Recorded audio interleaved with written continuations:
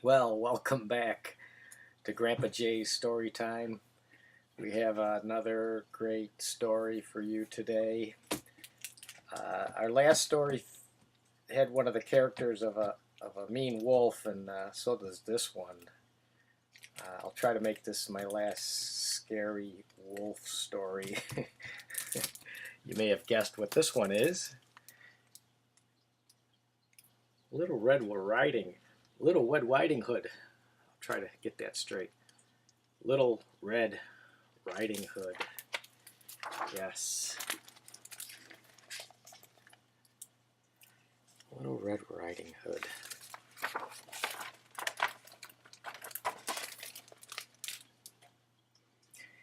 A long time ago, in a simple cottage, beside the deep dark woods, there lived a pretty child called Red Riding Hood.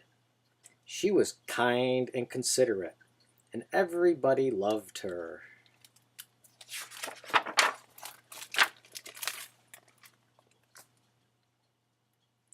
One afternoon, Red Riding Hood's mother called to her. "Granny isn't feeling up to snuff today," she said, "so I've baked her favorite custard as a little surprise. Be a good girl and take it to her, will you?" Little Red Riding Hood was delighted. She loved going to Granny's, even though it meant crossing the deep, dark woods. They are cat lovers there too. As you can see, plenty of cats. Can you count the cats? I see 1, 2, 3, 4, 5, 6, 7, 8. Sure, there's a few more hiding. But let's get back to the story.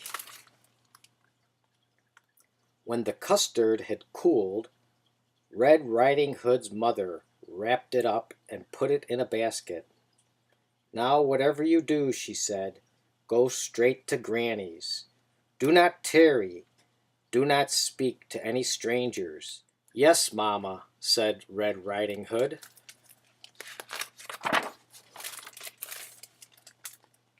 Before long, she was in the deepest part of the woods.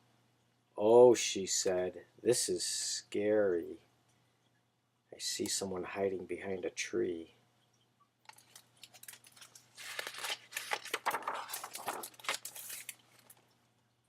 Suddenly, a large wolf appeared. "Good afternoon, my dear," he said. "Care to stop for a little chat?" "Oh, gracious me," said Little Red Riding Hood. "Mamma said not to speak to any strangers."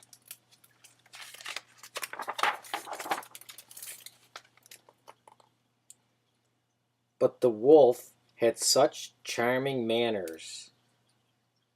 "And where are you going, sweet thing?" he said.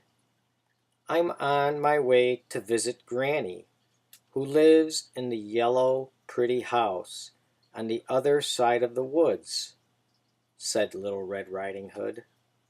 "She's feeling poorly, and I'm taking her a surprise." "You don't say," said the wolf. Just then he had a delightful idea. "No reason why I can't eat them both," he thought. "Allow me to escort you," he said. "You never know what might be lurking about." "You're too kind," said Red Riding Hood.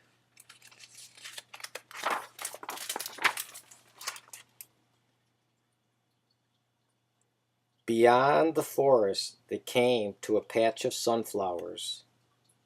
"Why not pick a few?" suggested the wolf. "Grannies love flowers, you know." But while Red Riding Hood was picking a pretty bouquet, the clever wolf hurried on ahead to Granny's house.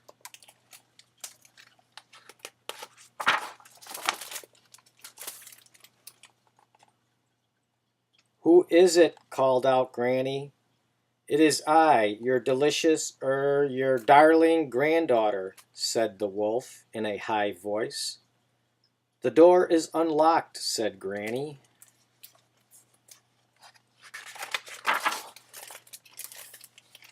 Surprise, cried the wolf.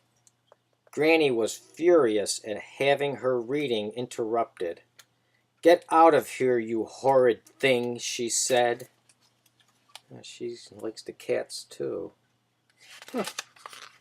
Runs in the family. But the wolf gobbled her right up. He didn't even bother to chew. Tasty, he said, patting his belly. So tasty. Just then he heard footsteps on the garden path. Here comes dessert.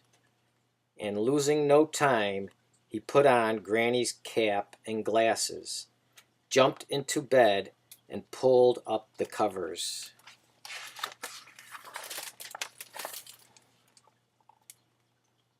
Who is it? He called out in his sweetest granny voice.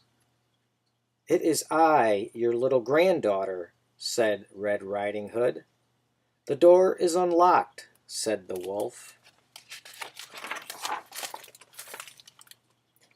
Red Riding Hood was distressed at seeing her grandmother so changed.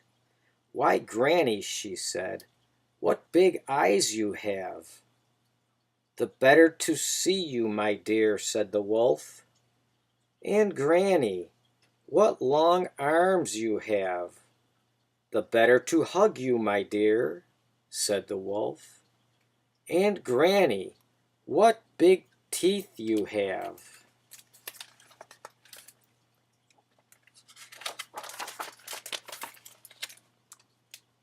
The better to eat you, my dear, cried the wolf.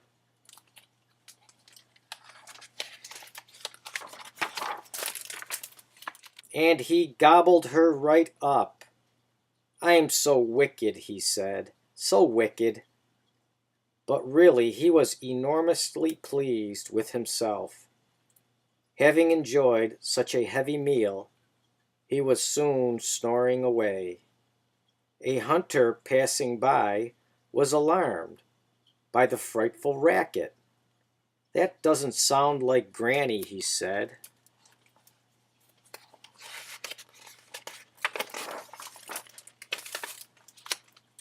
So the brave hunter jumped in the window, killed the sleeping wolf, and cut him open.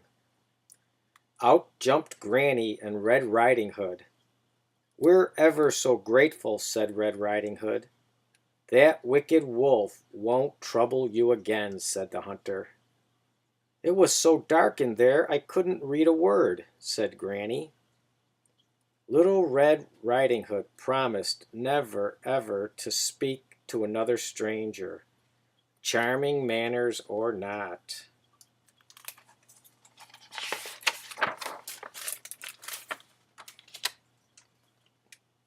And she never did.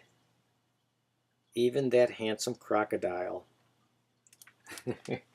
So, the wolf was vanquished again by the brave hunter and saved Little Red Riding Hood and her granny.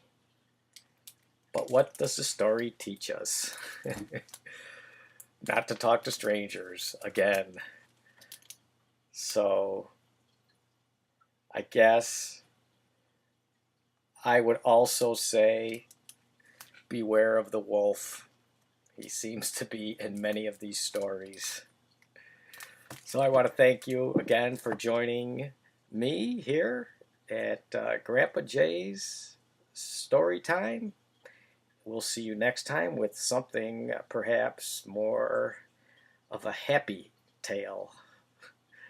Take care. Love you.